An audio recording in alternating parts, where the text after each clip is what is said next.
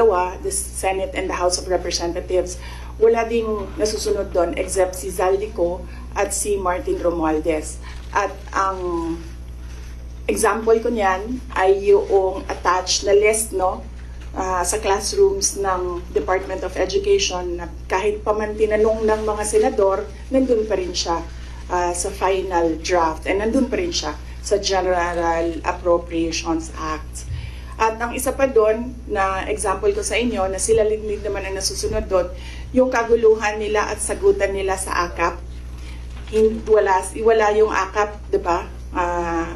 Nakita na lang nila yung AKAP sa bike camp. At sinasabi ni Zaldico, hindi, pumirma ang mga senador eh. So, yun yung example ko na, yun yung proof ko na dalawang tao lang nasusunod dyan. Si Zaldico at si Martin Romualdez. But despite that, ma'am, sure na yung inyong attendance po sa Senate deliberation? Yes. Kahit alam mong if first come to worst, talagang yun lang makukuha ang budget ng OVP. Opo, oo. Sigurado yung attendance namin. In fact, kahapon, na-discuss namin dyan sa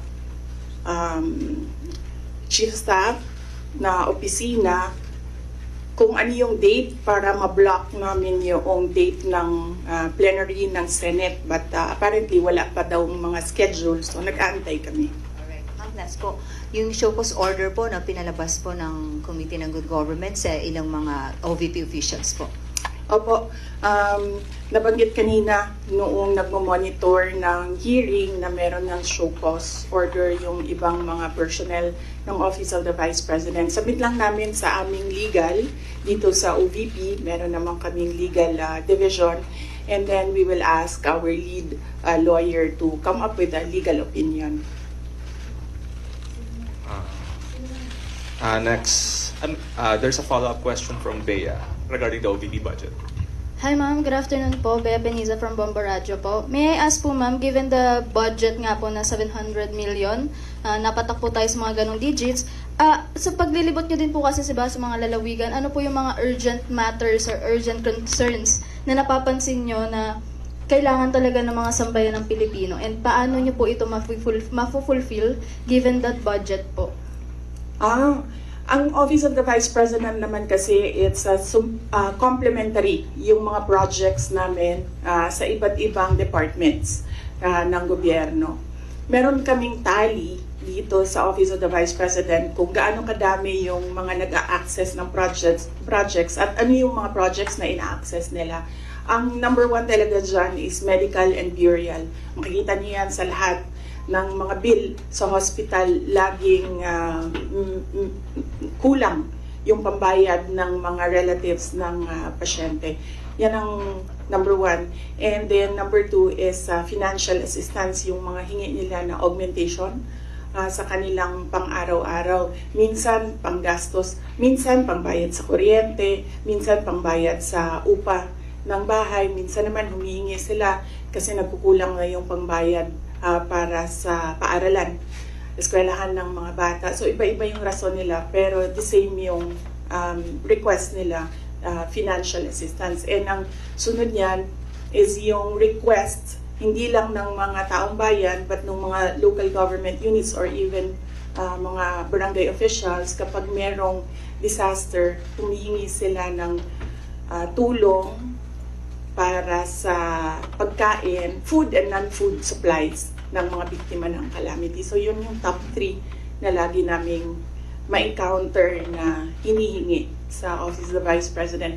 In fact, hindi lang yan sa OVP kasi nung mayor ako, halos the same yung requests ng mga tao.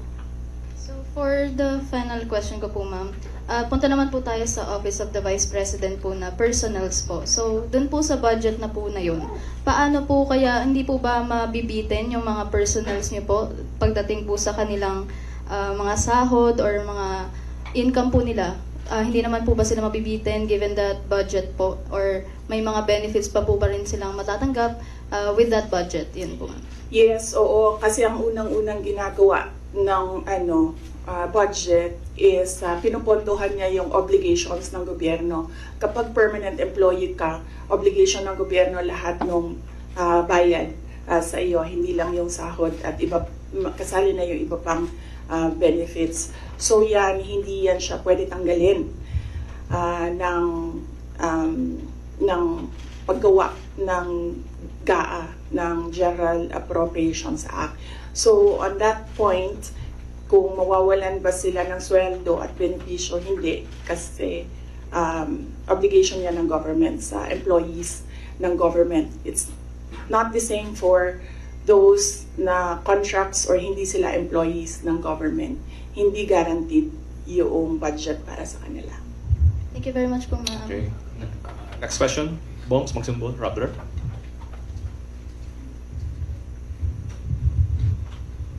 Good afternoon, VP. Yes. VP, as we're speaking right now po, merong ongoing House probe. Actually, minutes ago, former Undersecretary Gloria Mercado says you gave her envelopes containing 50,000 each from February to September 2023 when she was with HOPE, or the Health Orchestrate Positive Learning, a DepEd project. She believes it could be to influence her decision as HOPE. Your response po? Dapat siguro kung mag-akusa siya ng ganyan, dapat may papel siya. Tulad ng ako, pag inaakusahan ako, pag sumasagot ako, binibigay ko yung papel.